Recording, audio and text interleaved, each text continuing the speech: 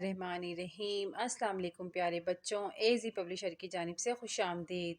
غالب اردو جماعت چہارم، سبق نمبر 22، رات دن، صفحہ نمبر 138 تا 139۔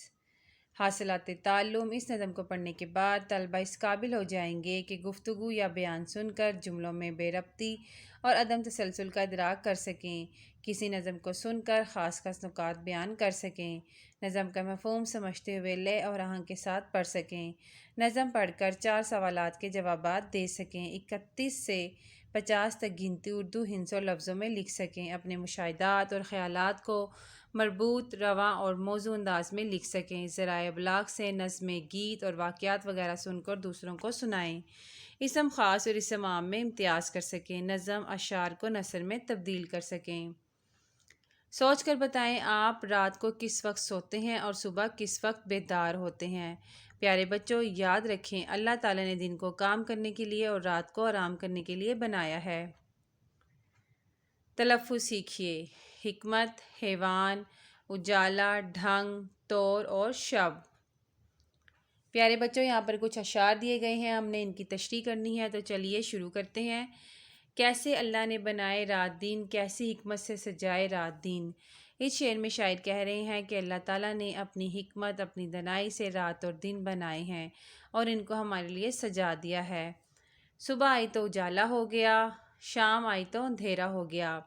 شاعر اس شعر میں کہہ رہا ہے جب صبح ہوتی ہے تو ہر طرف روشنی ہی روشنی پھیل جاتی ہے، اور جب رات ہوتی ہے تو اللہ تعالیٰ اسے ہمارے سونے کے لیے اندھیرے میں تبدیل کر دیتا ہے۔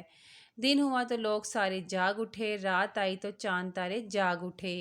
جب دن ہوتا ہے تو سارے لوگ اپنی اپنی نیند سے بیدار ہو جاتے ہیں، اور جب رات کو چاند نکلتا ہے تو لوگ سونے کے لیے چلے جاتے ہیں۔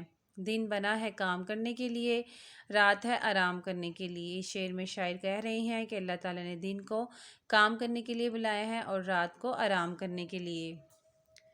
کوئی انسان یا حیوان ہو، جانور ہو یا کوئی بے جان ہو، چاہے کوئی بھی انسان ہو، چند پرند ہو، جانور ہو یا کوئی بے جان چیز ہو، رات ان کے ڈھنگ ہی کچھ اور ہیں، رات ان کے اور ہی کچھ طور ہیں۔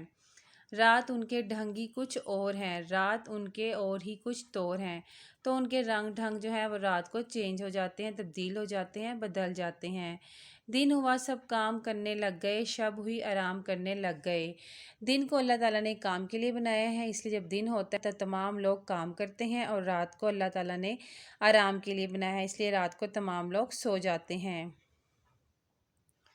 پیارے بچوں، آپ نے بتانا ہے اجالا کب ہوتا ہے۔ اجالا صبح کے ٹائم ہوتا ہے۔